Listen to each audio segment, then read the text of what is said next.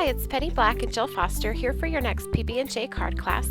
And today I'll be sharing a technique using our new Brushstroke stamps. And the technique I'll be sharing today is a loose watercolor effect using these stamps. And here's a look at the card we'll be creating. And I really love the featured stamp Pop Pop Poppy as it's a nice large stamp. So I'm working on a standard size card. So you can see it just fills that card and creates the focal image for the entire card. So to begin, I am coloring on the stamp directly using Tombow dual brush pens.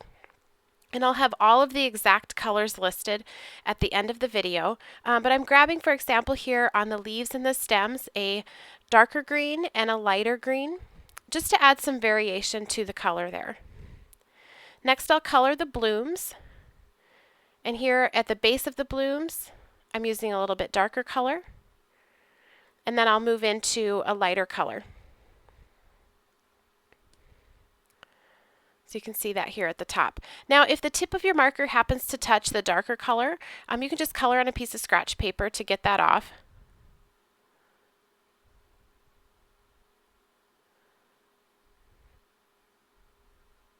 Now, once that's colored, I'm going to mist this with water. So just lightly mist it. And then I'm stamping this onto Canson 140-pound watercolor paper.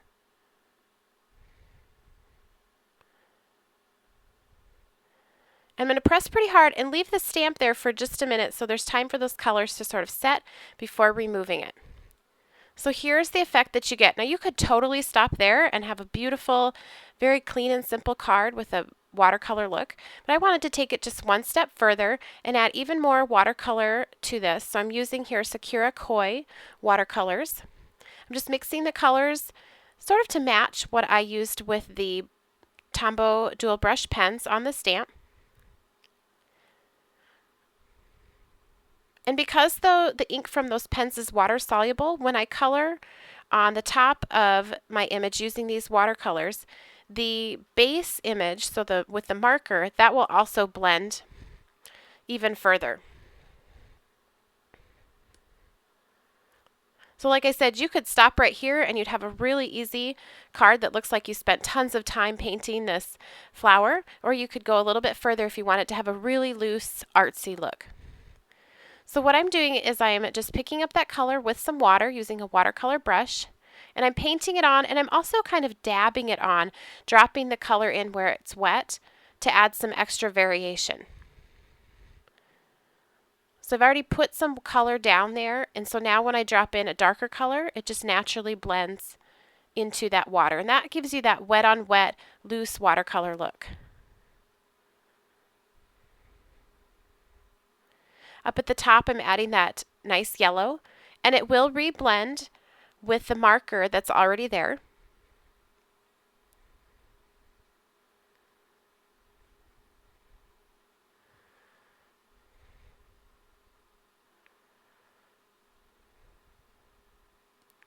And I'm just going to continue to do this process on all of the blooms.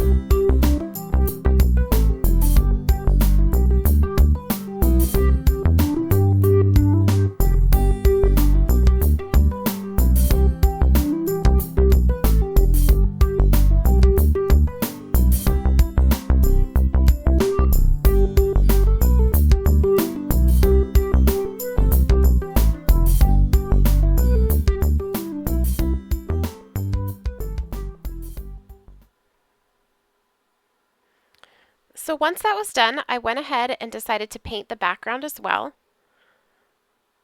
So here I'm just putting down some clear water, and then I'm dropping in a golden yellow color and allowing that water to move and blend that color on its own. And I'll continue to follow this process around the outer edge of the flowers. I am being careful not to get too close to the bloom itself, as if you wet that down and touch that, then that ink will also begin to blend into the background. These watercolors dry much lighter, so I will add several layers until I'm happy with the effect.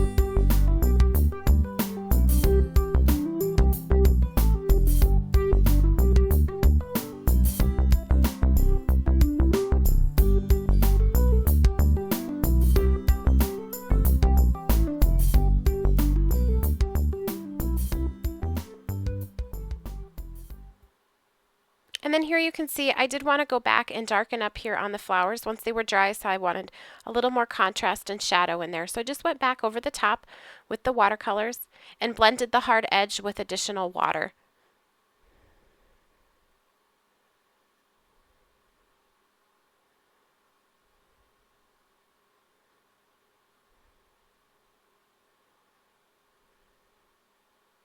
And if you have some spots that sort of bleed over, if you get them right away, you can kind of dab them up with a baby wipe or re-wet the surface and then press a baby wipe on there and dab that off. Here I'm just adding a little bit more to the background, so a darker color, adding water, and then tipping up the cardstock and patting it down to get those fun drips.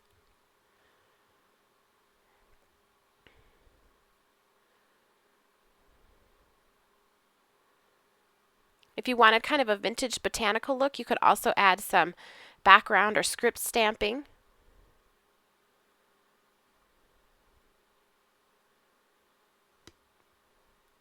And you can see here I'm going back with the green and darkening that up as well, following that same sort of procedure where I wet it down, added the paint, added additional water and tipped it over and allowed it to drip down.